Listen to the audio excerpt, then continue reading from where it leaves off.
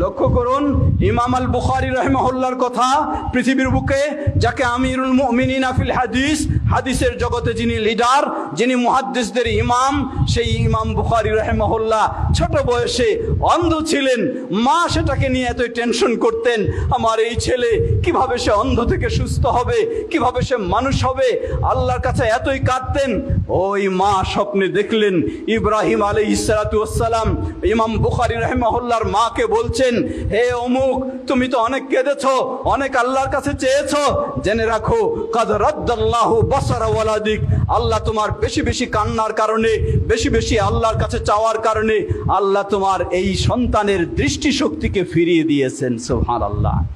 মা ঘুম থেকে সকালে জেগে উঠে দেখে সত্যিই স্বপ্নে যা দেখেছেন, আল্লাহ সুবহানাহু ওয়া তাআলা ইমাম বুখারী রাহিমাহুল্লাহর দৃষ্টিশক্তি শুধু ফিরিয়ে দেননি, বরং ইমাম বুখারী রাহিমাহুল্লাহকে এই মায়ের কোলে মানুষ হয়ে পৃথিবীর সেরা মুহাদ্দিস হয়েছেন।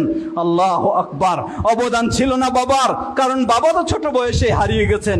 অবশ্যই ছিল না বলছি না, বিশেষ করে তাকে মানুষ করার ক্ষেত্রে, লেখাপড়ার করার ক্ষেত্রে, ইমাম বানানোর ক্ষেত্রে অবদান ছিল একমাত্র মা, যেহেতু মাই বেঁচে ছিলেন। একইভাবে লক্ষ্য করুন, ইমাম মালিক রাহিমাহুল্লাহ তিনি কি বলছেন? তিনি বলছেন যে আমার মা ছোট বয়সে আমাকে সুন্দরভাবে পোশাক পরিয়ে দিয়ে, আমার মাথায় টুপি পাগড়ি বেঁধে দিয়ে আমাকে বলতেন, এযহাব ইলা রাবিআ, যাও তুমি মদিনার সবচেয়ে বড় মুহাদ্দিস যিনি, মদিনার সবচেয়ে বড় আলেম যিনি, তার দর্শে তুমি যাও, গিয়ে তার কাছে আদব আখলাক শিখো, তুমি তার কাছে ইলম শিখো।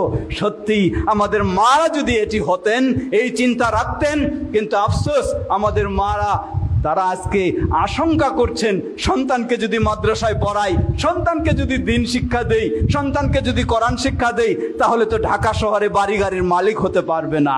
লা হাওলা ওয়ালা কুওয়াতা ইল্লা বিল্লাহ। হতে পারে আপনার সন্তান ঢাকা শহরে বাড়ি গাড়ির মালিক, কিন্তু তাকে যদি দিন শিক্ষা না দেন, তাকে যদি দিনের আলোকে গড়ে না তুলেন, তাকে যদি সঠিক আকীদার আলোকে গড়ে না তুলেন, তাহলে এই মা বাড়ি গাড়ির, এই সন্তান বাড়ি গাড়ির মালিক হয়েও আপনাকে সেই বাড়ি গাড়ির মালিক হওয়ার সুযোগ দেবে না, ভোগ করার সুযোগ দেবে না, আপনাকে বৃদ্ধাশ্রমেই পাঠাবে। ওই বৃদ্ধাশ্রমের মা কত কান্না করে বলছেন, আমি আমার ছোটবেলায় আমার সন্তানকে, যেই ছেলেকে এক কোচিং থেকে আরেক কোচিং, এক টিউশনি থেকে আরেক টিউশনি, এক স্কুল থেকে আরেক স্কুলে মাথার ঘাম পায়ে ফেলে কত কষ্ট করে নিয়ে গেছি, সেই ছেলে আজকে আমাকে প্রতিদান হিসাবে দিয়েছে, আমাকে বাড়িতে আশ্রয় নেওয়ার সুযোগ হয়নি, আমাকে বৃদ্ধাশ্রমে সেখানে রেখে এসেছে। আল্লাহু আকবার। এটি কি ঘটেছিল কোনোদিন এই ধরনের? ইমাম বুখারীর ক্ষেত্রে, ইমাম মুসলিমের ক্ষেত্রে, ইমাম মালিকের ক্ষেত্রে, ইমাম শাফিঈর ক্ষেত্রে? না, কখনোই ঘটেনি। তাই মা, আপনি আল্লাহকে ভয় করুন, প্রতিজ্ঞা গ্রহণ করুন, আপনার সন্তানকে ডাক্তার বানাবেন, অসুবিধা নেই, ইঞ্জিনিয়ার বানাবেন, অসুবিধা নেই, কিন্তু বানাতে হবে তাকে নামাজি, বানাতে হবে তাকে মুসলিম, বানাতে হবে তাকে আল্লাহতে বিশ্বাসী, তাহলে আপনি অবশ্যই সফল হবেন। ঠিক